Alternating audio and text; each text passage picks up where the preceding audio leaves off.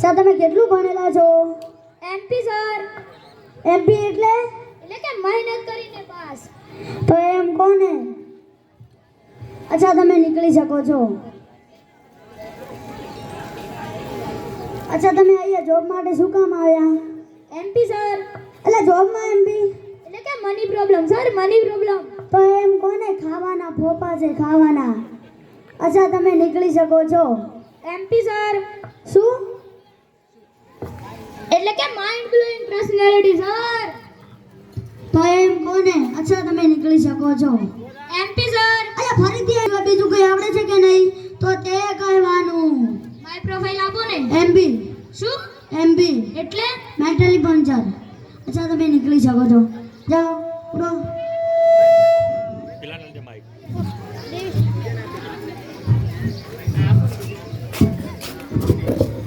Next candidate.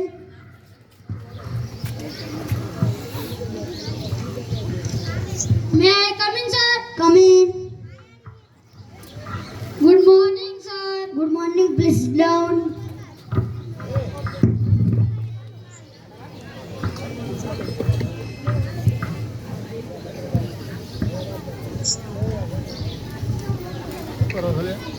અચ્છા તમારું નામ શું છે? કરણ સર. અચ્છા કરણ તમે કેટલું ભણેલા છો? MTech sir. વાહ વાહ વેરી ગુડ મિસ્ટર કરણ, તમે એમટેક ભણેલા છો.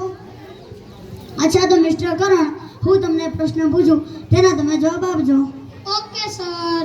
તો મિસ્ટર કરણ તમારા માટે પહેલો પ્રશ્ન છે કે એક વિમાન એટલે કે એરોપ્લેન તેમાં 50 પથ્થર ભરેલા છે, એમાંથી એક પથ્થર હું ફેંકી દઉં તો કેટલા પથ્થર વધે?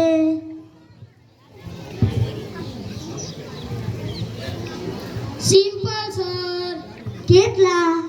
49. વાહ વાહ વેરી ગુડ મિસ્ટર કરણ. હવે તમારા માટે બીજો પ્રશ્ન છે કે હાથીને ફ્રીજમાં મૂકવાના 3 સ્ટેપ બતાવો. હાથીને જ.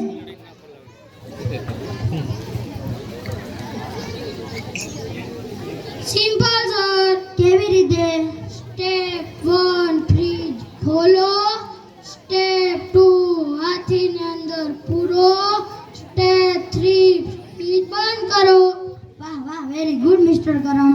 હવે તમારા માટે ત્રીજો પ્રશ્ન છે કે હરણને ફ્રીજમાં મૂકવાના 4 સ્ટેપ બતાવો. હરણને? હા હરણને જ બતાવો. આપ સૌને નમ્ર વિનંતી કે આપનું સ્થાન જાળવી રાખશો. હજુ પણ એક સરસ મજાનું દેશભક્તિ ગીત ઉપર ડાન્સ રજૂ થવા જઈ રહ્યો છે.